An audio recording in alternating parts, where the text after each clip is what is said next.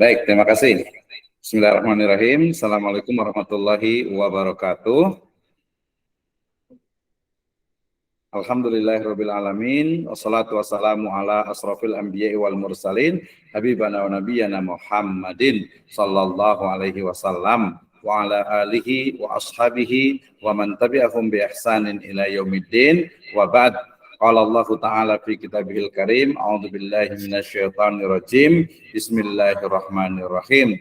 Wa 'allama Adamal asma'a kullaha thumma 'aradahum 'alal malaikati faqala ambi'uni bi asma'i haula in kuntum shadiqin. Fa illam taf'alu wa lan taf'alu fattaqun nar allati waquduha an-nas wal hijarah uiddat lil kafirin. Faqala Rasulullah sallallahu alaihi wasallam, yakni fi riwayatin rawahu Muslim, khairukum man ta'allama al-Qur'an wa 'allamahu. Amma ba'd, fa inna asdaqal hadiits kitabullah wa khairal huda huda Nabi sallallahu alaihi wasallam. Alhamdulillah, syukur kepada Allah Subhanahu wa taala yang telah memberikan kepada kita kenikmatan iman, Islam dan juga ihsan.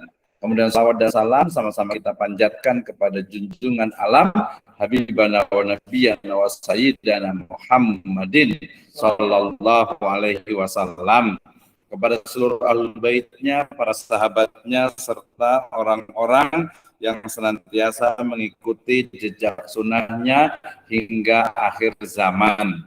Ya, terima kasih Kang Rendra, ya Ustaz Rendra, atas jemputan pada kesempatan kali ini ya. Actually hari ini kita ada dialog sebenarnya dengan Pak Ustaz Pak Guru ya Muhammad Toha di Jakarta, dan juga Pak Lukman Hidayat. Cuman qadarullah ini masih menunggu beliau. Tadi konfirmasi Pak Lukman Hidayat insya Allah bisa, tapi karena baru pulang dari Jakarta gitu ya, jadi baru sampai Lampung, jadi agak lumayan ini ya. Oke, kita sambil menunggu. Baik, ini yang hadir juga alhamdulillah, terima kasih sudah hadir juga ya. Ini diskusi dan juga lebih santai ya terkait dengan bagaimana sebenarnya menjadi guru inspiratif ya.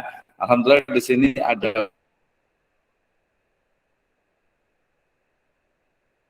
Umi Karim, ada Ibu Pupun, ada Ibu Siti Marwiyah, tadi ada Ibu Rahmawati juga gitu, dan yang lainnya adalah guru-guru yang sangat luar biasa gitu ya. Jadi hari ini Kang Rendra kita kehadiran juga tokoh-tokoh guru-guru yang memang sudah tidak diragukan lagi ya dalam bagaimana menjadi seorang guru yang tentu saja yang bisa digugu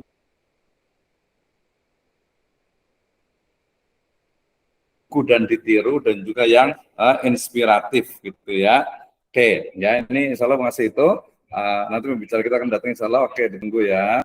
Oke, maaf nih. Baik, nah kita bicara tentang apa menjadi guru inspiratif. Artinya bahwa kita bicara tentang bagaimana sebenarnya ya seorang pribadi guru itu tadi adalah seorang pribadi yang bisa digugu dan ditiru ya. Dalam konteks Al-Qur'an tentu saja adalah dalam surat Al-Ahzab ayat ke-21 ya. A'udzubillahi minasyaitonirrajim.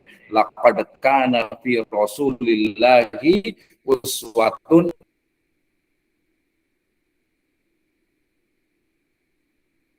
hasanah. Sungguh telah ada pada diri Rasul Shallallahu Alaihi Wasallam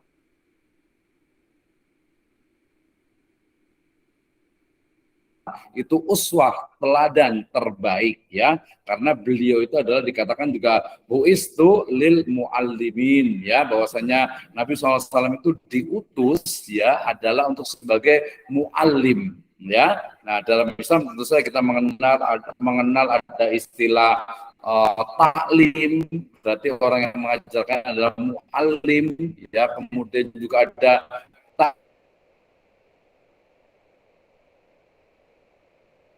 takdib ya, kemudian juga mungkin kalau di pesantren ada mudorib gitu ya, kemudian tentu saja ada mudaris ya, atau bahkan ada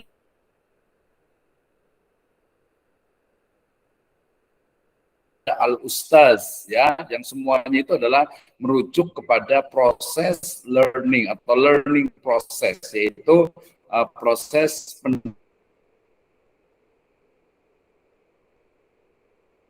pendidikan dan juga pembelajaran. Nah, yang menarik sebenarnya Kang Rendra terkait dengan menjadi guru inspiratif ini memang biasanya itu pertama mulai dari banyak hal, ya, banyak hal, mulai dari sesuatu yang memang profesi. Kalau menurut saya pribadi nih, ya, yang namanya menjadi guru ataupun dosen gitu ya, itu memang semacam panggilan jiwa gitu ya.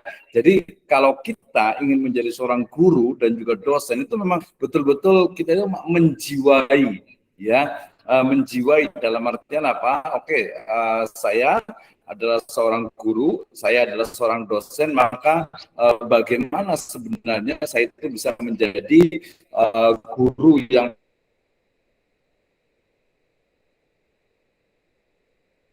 profesional dan juga dosen yang profesional tentu saja gitu ya. Nah, ini menjadi hal penting. Nggak profesional tentu saja dalam konteks ini saya pahami bisa dua dimensi. Ya, pertama adalah dimensi bisa disebut dengan duniawiyah, ya, yang kedua adalah dimensi ukhrawi, ya, atau ukhrawiyah gitu ya. Nah, dimensi keduniaan itu biasa bersifat yang profesional dalam konteks sebagai sebuah profesi. Ya, saya yakin nih di sini semuanya rata-rata guru itu sudah mendapatkan sertifikasi guru. Saya kebetulan tahun 2008, ya, 2007-2008 lulus juga untuk sertifikasi guru, ya.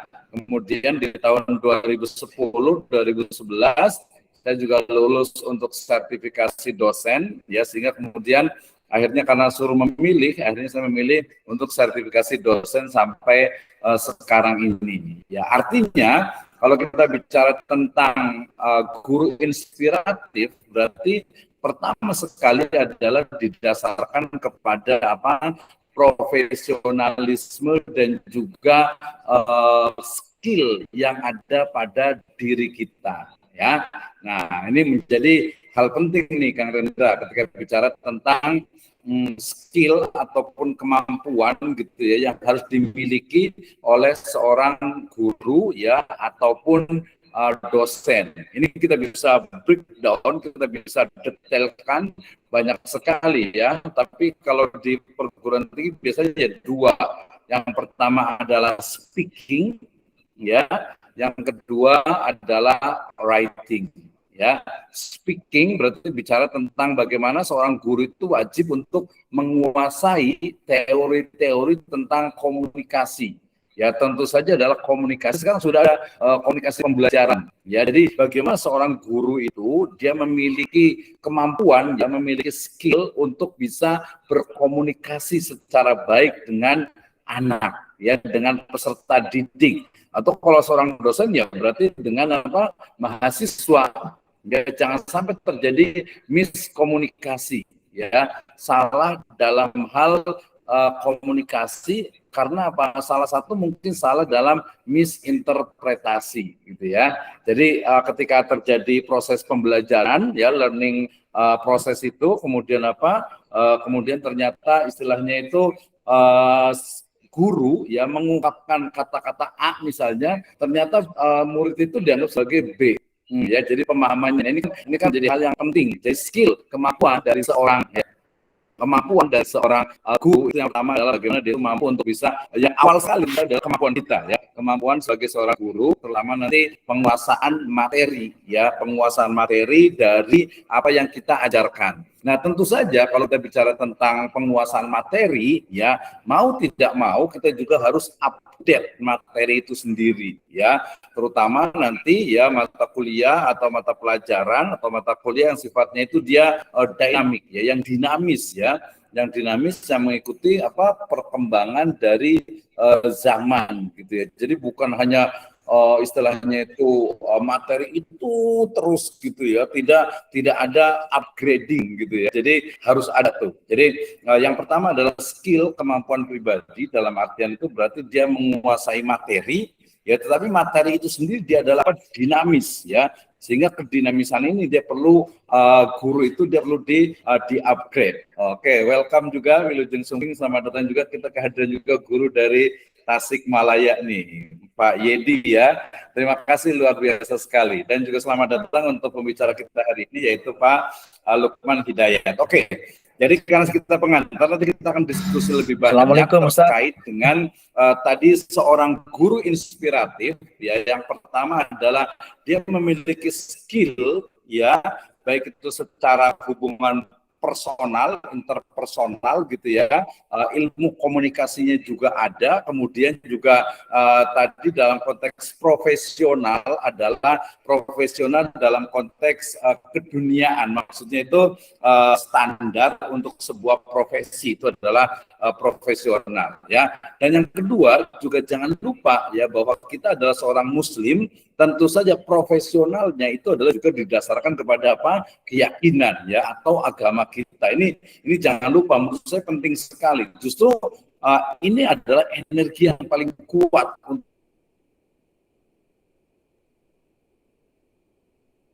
untuk bagaimana kita itu ya mampu untuk menjadi apa seorang pribadi, seorang guru ataupun dosen yang menginspirasi ya. Ini penting nih Kang Rendra nih ya. Jadi bagaimana seorang guru ataupun dosen ya dia pertama memiliki kemampuan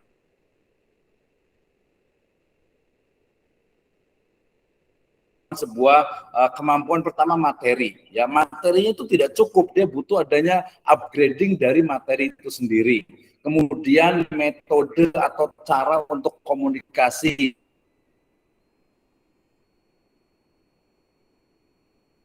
menyampaikan gitu ya. Nah setelah itu ya baru kita kembangkan lagi ke dalam konteks profesionalisme yang lainnya sebagai seorang guru.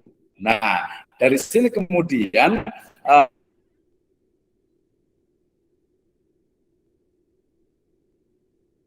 dari nanti